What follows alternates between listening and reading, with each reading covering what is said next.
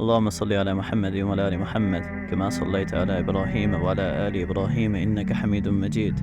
اللهم بارك على محمد وعلى آل محمد كما باركت على إبراهيم وعلى آل إبراهيم إنك حميد مجيد. بسم الله الرحمن الرحيم. Shaddad ibn Aws radiallahu ta'ala anhu narrates that the Messenger of Allah sallallahu alayhi wasallam said, when a Muslim lies down to sleep and recites a chapter of the Quran, Allah Jalla Jalaluhu most certainly appoints an angel to protect him, and so nothing harmful approaches him until he wakes up.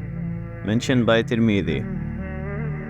Abu Hurairah radiallahu ta'ala anhu narrates that the Messenger of Allah sallallahu alayhi wasallam said, whoever recites 100 verses in a night shall be recorded among the ardent worshippers for that night.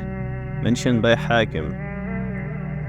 Fadala ibn Ubayd radiallahu ta'ala anhu and Tamim ad-Dari radiallahu ta'ala anhu narrate that the Messenger of Allah sallallahu alayhi wasallam said, whoever recites 10 verses in the night will have 1 qintar recorded in his favor, and 1 qintar is better than the world and all that is in it. Mentioned by Tabarani. Abu Hurairah radiallahu ta'ala anhu narrates that the Messenger of Allah sallallahu alayhi wasallam said, he who recites 10 verses in the night will not be recorded among the neglectful. Mentioned by Hakim. Abu Musa radiallahu ta'ala anhu narrates that the Messenger of Allah sallallahu alayhi wasallam said, I recognize the Quran recitation of those who accompany the Ashar tribe when they return to their homes after the entire days of work. I also recognize their homes from the recitation of the Quran which emanates from there, although I did not see their houses when they entered them during the day. Mentioned by Muslim. Jabir radiallahu ta'ala anhu narrates that the Messenger of Allah sallallahu alayhi wasallam said, whoever fears that he will not be able to wake up in the last part of the night to perform the witr salah should offer it in the first part of the night. Whoever feels that he will be able to wake up in the last part of the night should offer the witr salah in the last part, because the angels attend the recitation of the Quran in the last part of the night, and it is the best time to recite it. Mentioned by Tirmidhi. Abu ad-Darda radiallahu ta'ala anhu narrates that the Messenger of Allah sallallahu alayhi wasallam said, whoever recites the first 3 verses of Surah Al-Kahf shall be safeguarded from the tribulation of Dajjal. Mentioned by Tirmidhi. Abu ad-Darda radiallahu ta'ala anhu narrates that the Messenger of Allah sallallahu alayhi wasallam said, whoever memorizes the first 10 verses of Surah Kahf shall be safeguarded from the tribulation of Dajjal. Another narration states the last 10 verses of Surah Kahf. Mentioned by Muslim. Thawban radiallahu ta'ala anhu narrates that the Messenger of Allah sallallahu alayhi wasallam said, whoever recites the last 10 verses of Surah Al-Kahf, this recitation will be a protection for him from the tribulation of Dajjal. Ali radiallahu ta'ala anhu narrates, whoever recites Surah Al-Kahf on Friday shall be protected against every tribulation for the next 8 days. If Dajjal appears during this time, he will be protected against him. Mentioned by Tafsir ibn Kathir.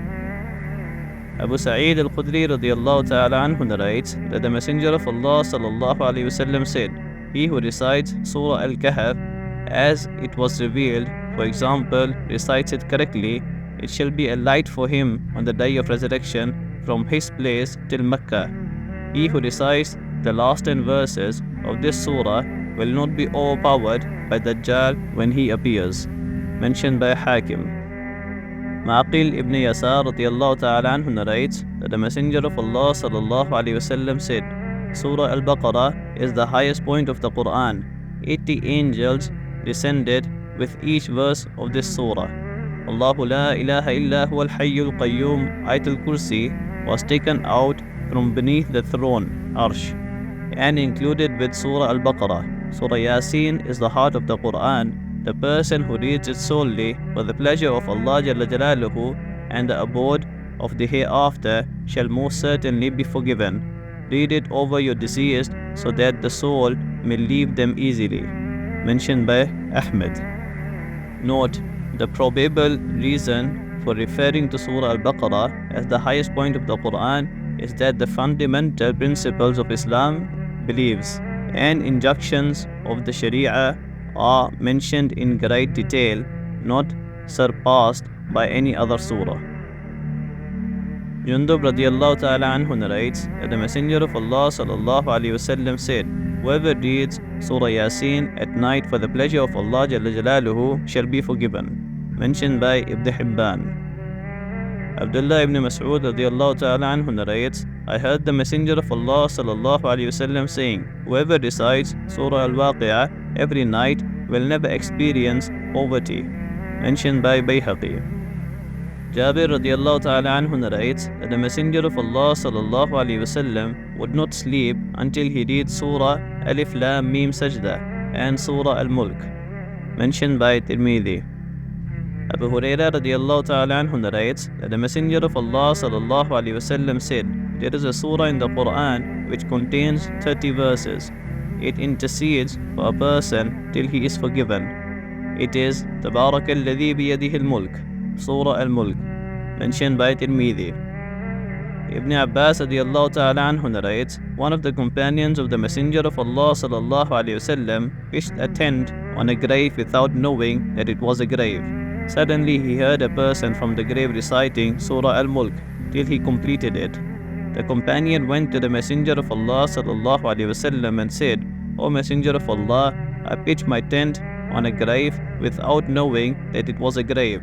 Suddenly I heard a person from the grave reciting Surah Al-Mulk till he completed it." The Prophet sallallahu alaihi wasallam said, "It is the defender and the deliverer, it delivers him from the punishment of the grave." Mentioned by Tirmidhi. Abdullah ibn Mas'ud radiallahu ta'ala anhu said, a person will be approached in his grave, his feet will go forward and say, "There is no way for you to move past me." He used to recite Surah Al-Mulk for me.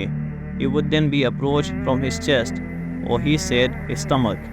It will say, "There is no way for you to move past me." He used to recite Surah Al-Mulk for me. He would then be approached from his head. It will say, "There is no way for you to move past me."